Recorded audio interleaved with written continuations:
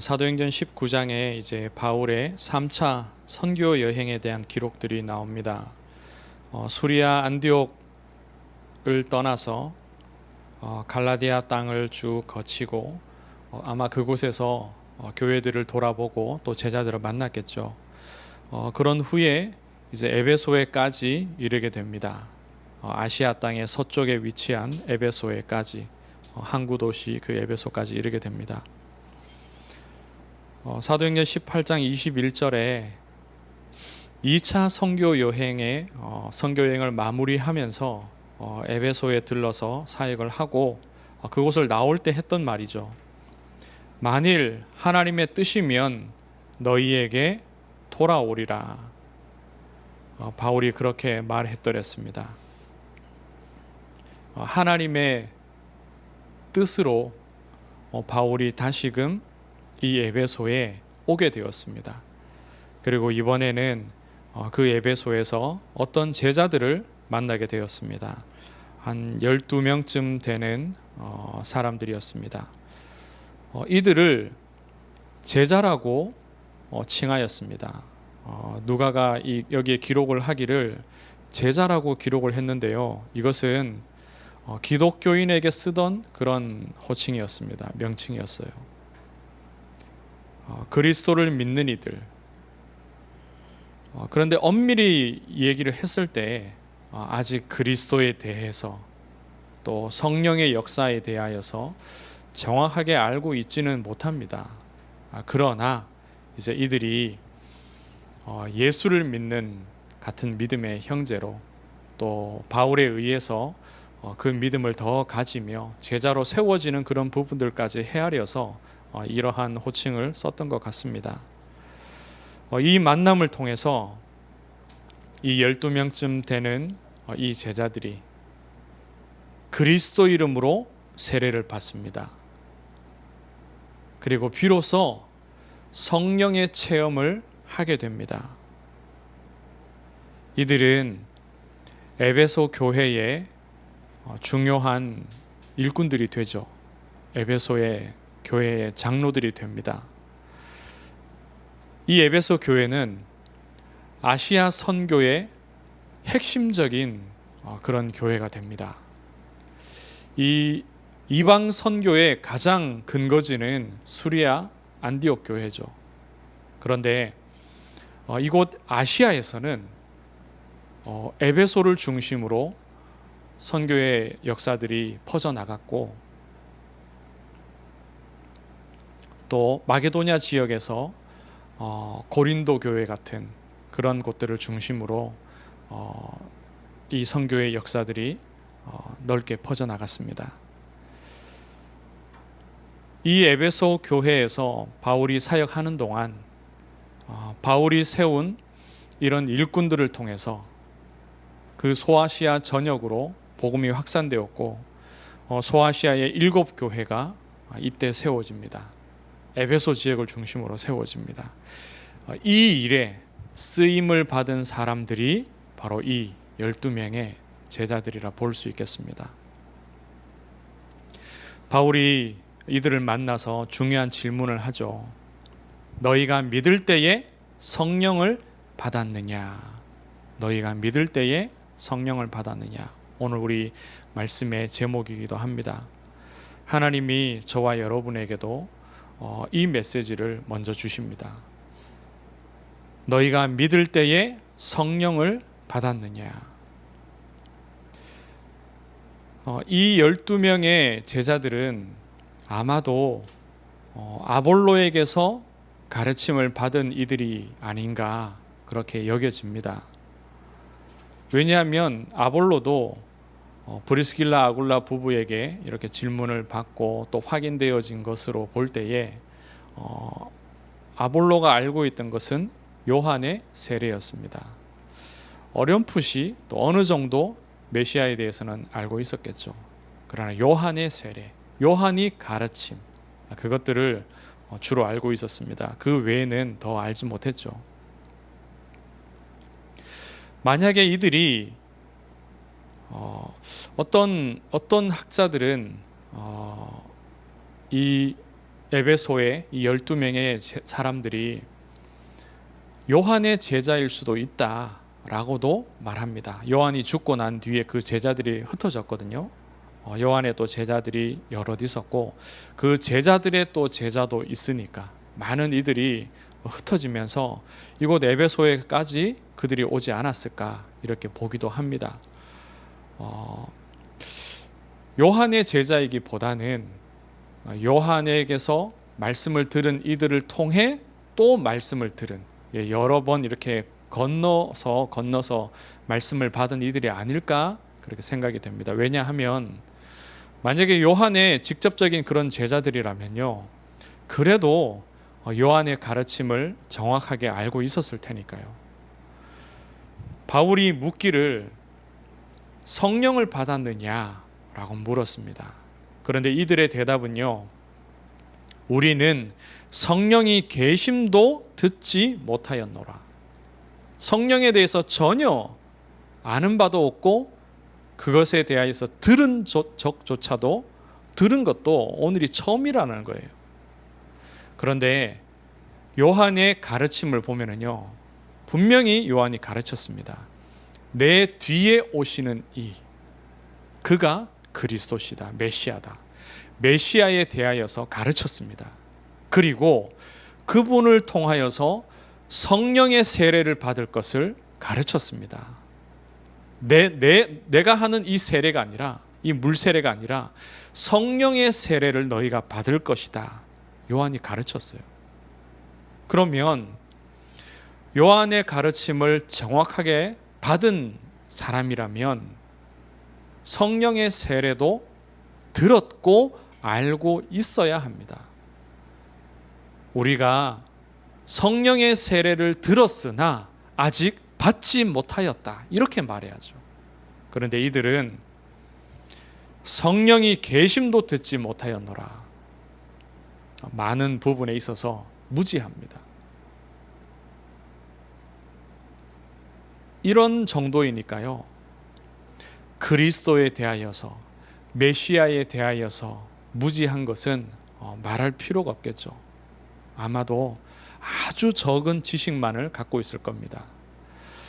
요한의 세례는 오실 메시아를 간절히 바라면서 준비하게끔 하는 그런 세례였습니다. 그래서 회개의 세례라고 말할 수 있습니다. 요한의 세례가요. 그 물 세례를 받으면서 몸이 깨끗하여지는 그것을 이렇게 육신적으로 체험하면서 그 마음과 그 생각을 하나님 앞에서 씻는 회개를 하는 겁니다. 회개하며 내 죄를 자백하며 하나님이 보내시는 메시아를 맞을 마음적인, 영적인 준비를 하는 거죠. 그것이 요한의 세례이며 요한의 가르침입니다. 오실 메시아를 맞이할 준비를 하게 하는 것입니다. 그런데 그리스도의 세례는 무엇이냐? 그리스도께서 주시는 성령의 세례는 무엇이냐? 하나님의 아들이신 그리스도께서 이 땅에 사람의 몸을 입고 오셔서 우리 죄를 씻기 위하여 십자가에서 죽으시는 것, 그리고 그 죄를 사하시고 사망의 권세와 사단의 권세를 깨뜨리신 증거로 부활하신 그 사실을 믿는 믿음입니다. 이것을 믿을 때에 하나님이 그리스도의 영, 하나님의 영을 그 믿는 자 속에 내주하게 하시는 은혜입니다. 그것이 성령의 세례죠. 이 성령의 세례가 그리스도께서 부활하신 이후에 오순절 날에 마가다락방에 모인 제자들에게 임하였습니다. 그리고 그 이후로 그리스도의 복음을 받고 믿는 자들에게 동일하게 임하였죠. 복음을 전할 때에 그 자리에 성령께서 임하시기도 하고, 그리스도의 복음을 전한 후에 안수할 때에 성령이 임하시기도 하고, 오늘 이 본문의 말씀처럼 세례를 받은 후에 또 바울이 안수하는 그때에 이 그리스도의 세례 중에 성령이 임하시기도 합니다. 그리고 때로는요, 복음을 받았는데 알지 못하는 중에도 성령이 우리 속에 임하십니다. 에베소에 이 제자들에게 임한 것처럼 성령이 임하는 그 순간 방언도 하고 예언도 하기도 합니다. 오순절날 마가다락방에 성령이 임하였을 때 그들이 저자로 뛰쳐나가 그곳에서 곳곳의 방언으로 복음을 전하였던 것처럼 그런 일도 일어나죠. 그리스도의 복음을 받고 믿을 때에 그 그리스도의 이름을 부르는 자들에게 하나님의 영이 임하게 됩니다. 이것이 성령의 세례입니다. 그리스도께서 주시는 세례죠. 너희가 믿을 때에 성령을 받았느냐? 정말로 예수가 그리스도이심을 믿는 하나님의 자녀라면 반드시 약속하신 하나님의 영이 그에게 임하게 됩니다. 우리의 믿음의 고백을 돌아보며 하나님의 영이 내 안에 계시는가 우리가 확인해야 될 것입니다. 그리고 둘째로 그 성령이 함께 하심이 확인되느냐. 바울이 이들에게 말한 것은 아니죠. 본문에 있는 내용은 아니지만, 바울의 질문은 아니지만요, 하나님이 저와 여러분에게 하시는 질문입니다.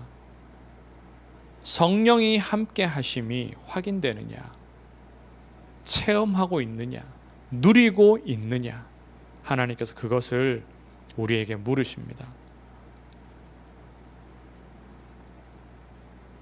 우리가 사람을 만날 때에 성령과 함께 그 사람을 만나느냐, 우리가 어딘가를 갈 때에 성령이 나와 함께 하심이 느껴지고 확인되느냐, 그렇게 물어볼 수 있을 것입니다.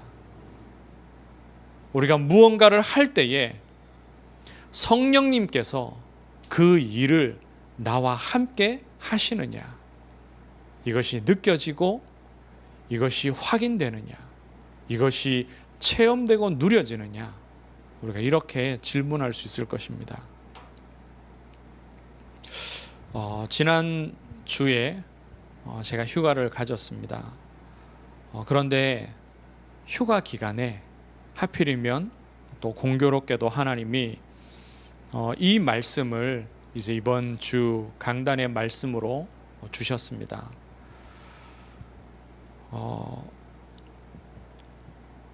현장 캠프를 몇 주 정도 이렇게 쉬었거든요. 쭉 진행을 해오다가 한 반년 쉬지 않고 계속해서 진행을 하다가 여름에 수련회라든지 이런 또 행사도 많고 훈련도 많고 해서 또 각자 이제 휴가도 갔기 때문에 한 3주 4주를 이렇게 쉬었어요.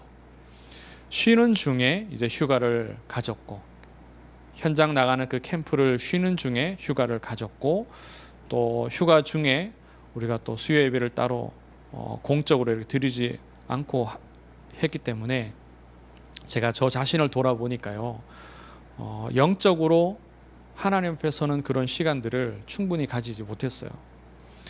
그러다 보니까 내 안에 계시는 그 성령님, 그분이 나와 함께 계시느냐, 이 질문을 제가 저에게 할 때에 그렇지 않은 것을 제가 많이 느꼈습니다. 오늘은 뭘 하지? 오늘은 뭘 먹지? 이제 휴가 기간에 주로 하는 생각이, 비가 오고 또 태풍이 오는데 밖에 못 나가는데 뭘 하고 아이들과 시간을 보내지? 영화 보기로 했어요. 그러면 어떤 영화를 보는 게 적절할까? 그 생각을 계속하고, 그랬던 저 자신을 이렇게 돌아봅니다. 어떤 이 말씀을 준비하고 묵상을 하면서 어떤 생각이 기분이 들었냐 하면은, 내가 분명히 성령님이 내 안에 계시고 나와 함께 하시는 것이 맞는데 내가 성령님과 하루에 두세 번 정도 마치 대화하는 것 같은 그런 기분이 들었습니다.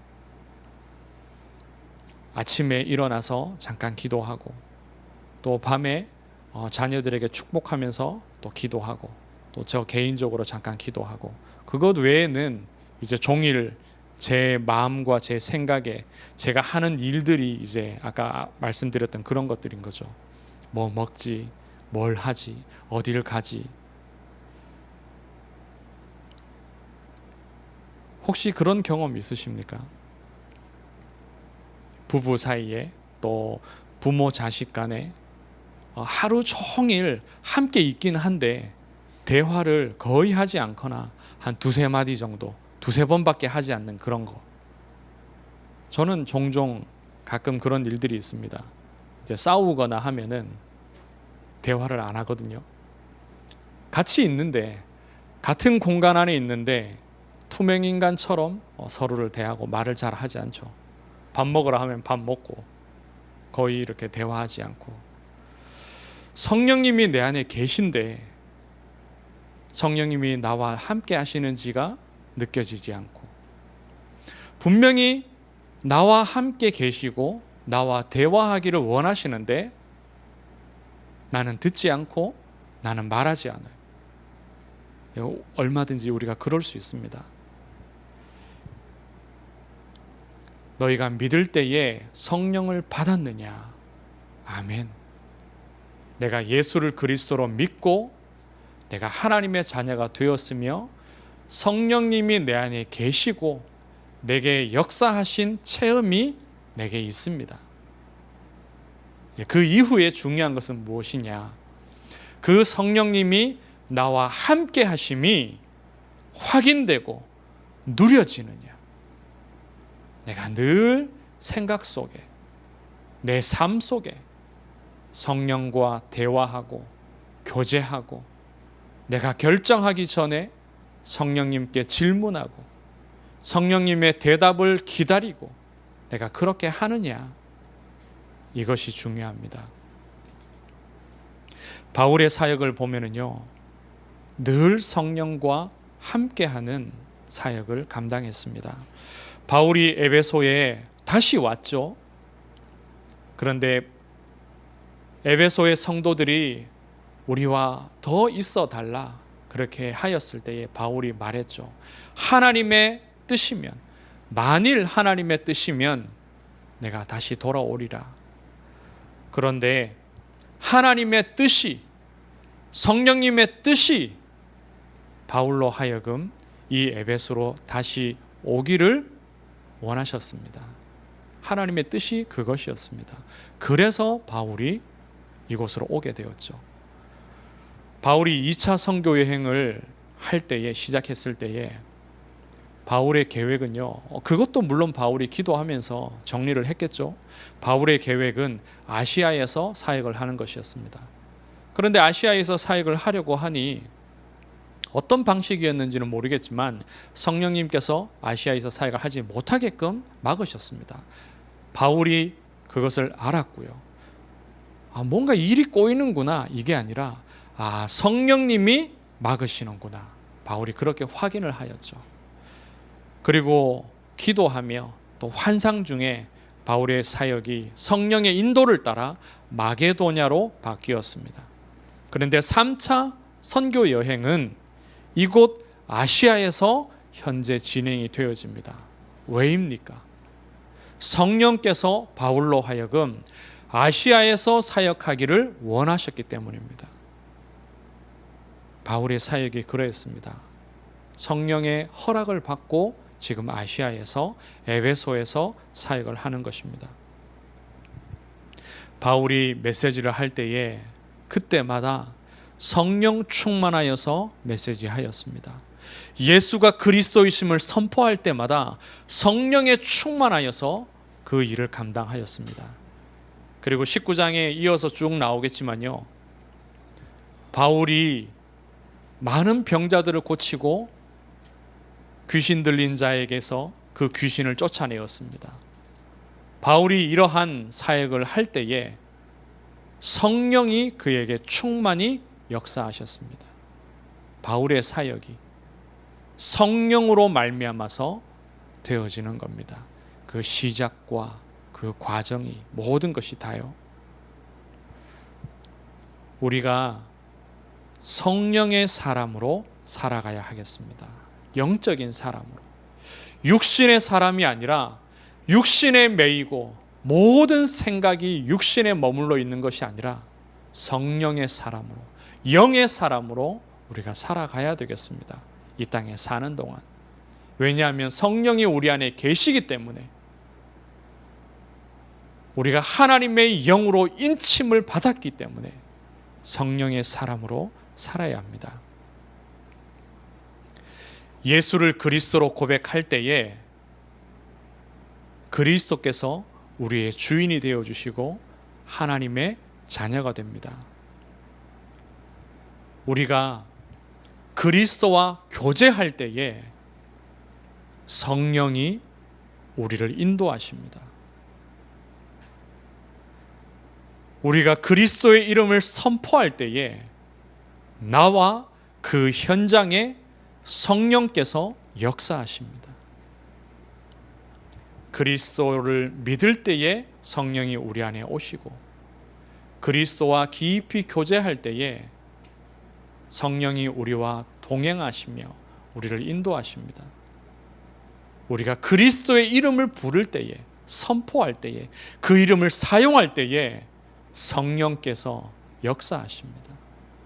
이것이 성령의 사람의 삶이죠. 어떻게 그렇게 살 수 있느냐?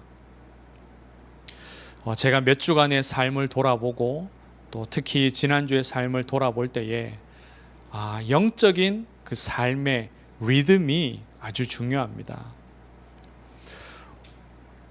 기도하고 개인적으로도 예배하고 말씀을 되뇌이고 묵상하고 우리가 이 전도운동 속에서 전체가 함께 가는 본부 메시지가 있고 또 우리 교회를 향한 강단의 말씀 그리고 이 기록된 성경의 말씀 복음의 메시지 그리스도에 대한 그 성경의 구절들 다 있지 않습니까?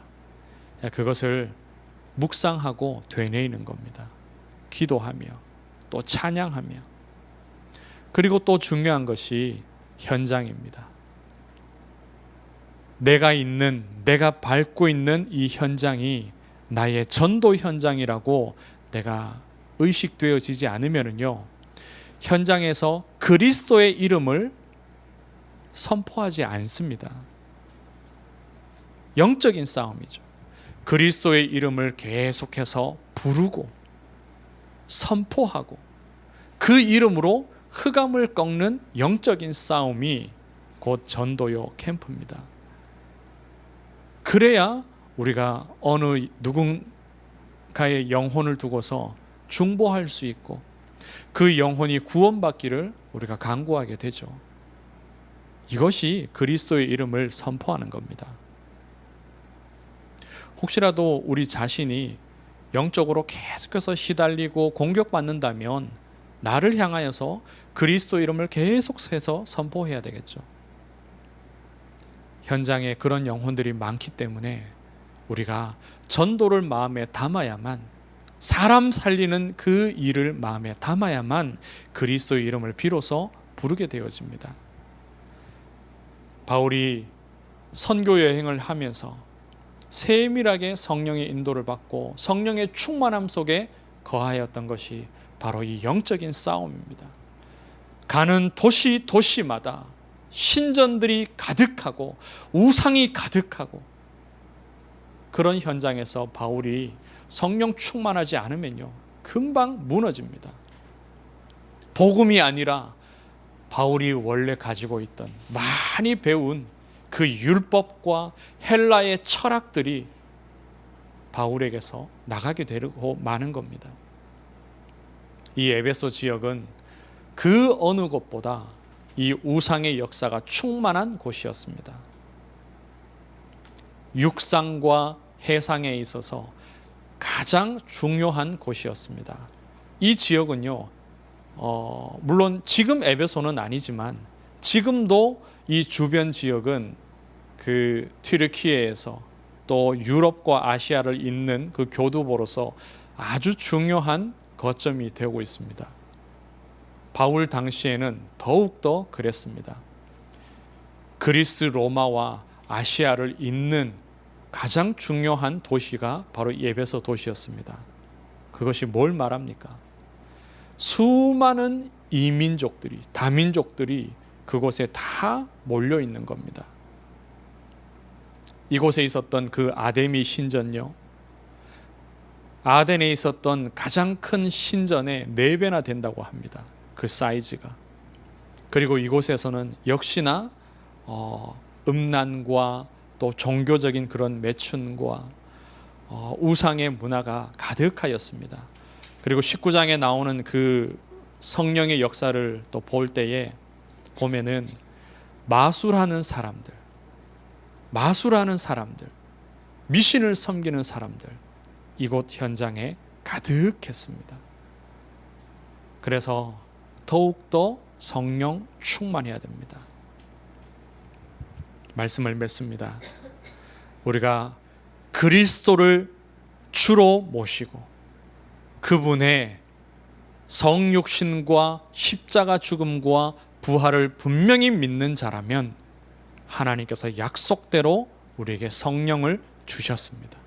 이제는 하나님이 주신 그 성령을 내 현장 속에서 날마다 누리시고 또 그분이 나와 함께 하심을 확인하시고 체험하시기를 바랍니다. 영적인 삶의 리듬이 하나님의 은혜를 따라서 회복되어지고 누려지기를 주의 이름으로 축원합니다. 하나님 은혜를 감사합니다.